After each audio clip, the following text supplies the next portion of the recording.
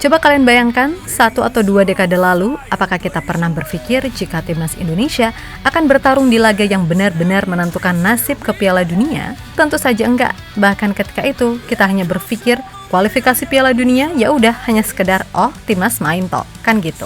Yap, di masa itu orientasi kita memang masih berkutat di level Asia Tenggara.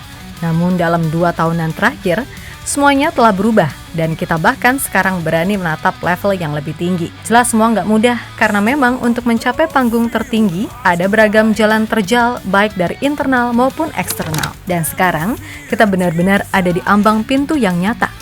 Yap, 3 poin atas China setidaknya mampu memperpanjang nafas tim Garuda untuk ke Piala Dunia. Kendati realistisnya harus melalui round 4 dahulu. Dalam hal ini, semua fokus konsentrasi pasti benar-benar diterapkan. Itulah kenapa para pemain benar-benar diminta buat melakukan apapun demi bisa tampil maksimal. Yap, dalam kesempatan ini bukan rahasia lagi jika kita sangat menanti debut Messi First di GBK. Dan Mei sadar jika ia harus bersaing dengan pemain lain untuk mendapatkan kepercayaan. Satu hal yang positif, di TC kali ini, Meis benar-benar enjoy serta berhasil membangun nuansa positif bareng rekan-rekannya. Hal yang sebelumnya gak dia rasakan mengingat waktu TC yang singkat. Yap, di TC kali ini Meis menunjukkan hal yang mungkin gak disangka oleh banyak pihak. Entah kelakuannya yang ternyata sekocak itu, ataupun ketika ia memperlihatkan kemampuannya sebagai ball-playing defender kelas atas. Sesuatu yang diakui langsung oleh Jesus jika Patrick Kluivert kini sedang bingung mengingat semua pemain benar-benar menunjukkan segala yang mereka bisa buat main. Di sisi lain, ada kabar yang cukup gak enak datang dari Kevin Dix. Bukan, ini bukan soal cedera lagi, tapi lebih ke faktor non-teknis yang berkaitan dengan keluarganya. Di mana Kevin cukup merasa kecewa dengan beberapa fans timnas yang sama sekali nggak bisa menjaga privasi keluarganya. Dan curhatan Kevin ini rupanya cukup jadi perbincangan di Eropa. Sebab di sana, privasi adalah yang sensitif, yang mana kita semua tahu ini nggak berlaku bagi banyak orang-orang di sini yang kebelet FYP.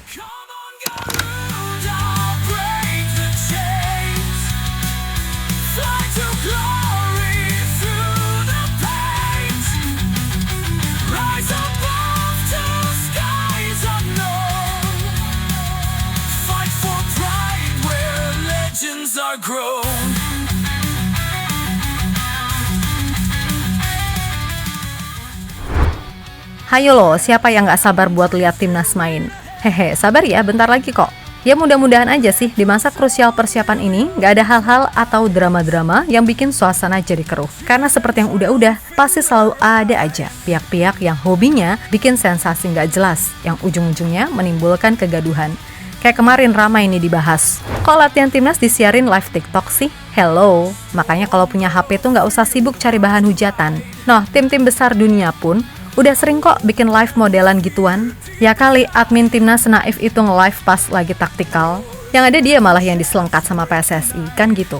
Lihat deh, yang di-live kan cuma pas sesi fun-fun aja, atau pemanasan, atau ya rondo-rondo gitu. Dan itu lumrah kok di mana-mana. Jadi buat akun-akun yang kebelet FYP, cerdas lagi kalau mau bikin sensasi. Nah, kita lanjut ke pembahasan. Maaf ya, Mimin agak emosi tadi. Ya, persiapan timnas Indonesia jelang laga versus China ibaratnya udah 80-90%. Dimana tinggal detail-detail kecil yang perlu dimatangkan sebelum nantinya tempur di tanggal 5. Dan semua pasti penasaran. Siapa starting line up yang akan dipasang tim pelatih? Untuk kiper jelas Emil Audero sebagai pengganti dari Martin Paes. Nah, yang bikin seru, kalau skemanya 3-4-3 lagi, maka 3 back di belakang inilah yang sering banget jadi pembahasan. Sebab di sana udah ada trio Jay, Rido, dan Hubner. Tapi di satu sisi, Messi First pun dalam TC kali ini benar-benar menunjukkan hal yang sebelumnya jarang terlihat di TC sebelumnya. Yap, di TC kali ini Meis begitu enjoy dan terlihat udah tune in banget sama squad yang ada. Termasuk Stefano Lillipali yang ibaratnya baru ketemu di Bali kemarin. Selain itu, Meis juga asli udah nyaman pol serta dah los kalau mau bercanda-bercanda. Gak lihat pas di Bali dia joget-joget gitu. Yap, intinya dengan waktu TC yang diajukan, pada akhirnya benar-benar membawa dampak positif minimal dari sisi kebersamaan, kan gitu. Dan terlihat di sebuah sesi, Meis menunjukkan mengapa ia disebut sebagai salah satu ball-playing defender terbaik di Eredivisie. Terlihat sederhana, tapi dari cara dia passing udah kelihatan levelnya emang beda. Nah, salah satu poin lain yang bikin Meis seolah-olah tampak sulit banget main di pertandingan sebelumnya, adalah ketiadaan DM yang benar-benar bisa mengcover area dengan bagus. Itulah kenapa hadirnya Joy Pelupessy dianggap akan bisa membantu Mesilkers mengeluarkan potensi terbaiknya sebagai ball playing defender. Masalahnya, hal inilah yang justru menjadikan Patrick Kluivert dalam tanda kutip akan kebingungan untuk menentukan siapa yang akan jadi starter. Di mana itu juga diakui langsung oleh Jesus. Yap, Bang Jai menjelaskan jika Patrick Kluivert sedang pusing menentukan siapa pemain yang akan dibawa melawan China dengan banyaknya pemain berkualitas di tim sekarang ini. Ingat, ini jatuhnya mumet positif loh ya. Ntar dipelintir lagi, salah lagi, dihujat lagi. Hadah. Kami beruntung memiliki banyak pilihan. Menjadi pilihan yang sulit bagi pelatih ketika semua sudah bergabung. Ucap Jay pada media.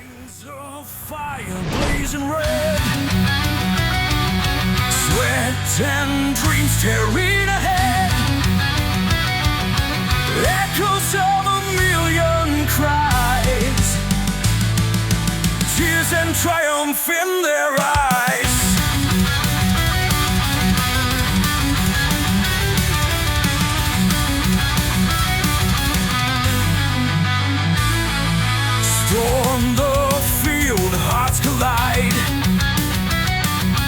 Hope and fear deep inside. Di sisi lain ada kabar yang benar-benar membuat Mimin kembali gak habis pikir sama kelakuan beberapa fans timnas yang kebelet FYP. Di mana kabar ini sendiri datang dari Kevin Dix. Yap, kita semua tahu jika Kevin datang ke Jakarta barengan sama istri dan anaknya. Dan semua tahu selama ini Kevin sangat menjaga betul privasi keluarganya yang mana sopasi muka anaknya. Tapi ketika di Indonesia, walah semuanya di-spill, bahkan sampai ada yang rekam sembunyi-sembunyi. Kemudian disebarluaskan. Yap, curhatan Kevin Dix sendiri di-up oleh salah satu akun fanbase dari Mesilkers. Intinya dalam hal ini, Kevin benar-benar merasa kecewa. Dan curhatan Kevin ini seketika jadi perbincangan di Eropa. Sebab di sana, privasi keluarga adalah hal yang sangat dihormati.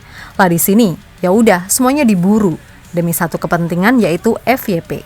Dan nggak usah alasan apapun, pasti arahnya ke sana. Yang ngefans boleh-boleh aja, tapi kita juga harus tahu batas-batasannya.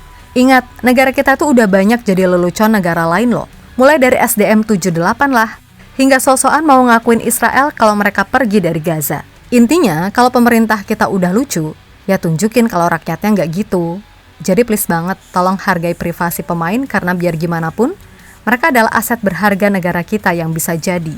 Cuma lewat sepak bola, kita bisa bangga sama negara ini untuk masa sekarang.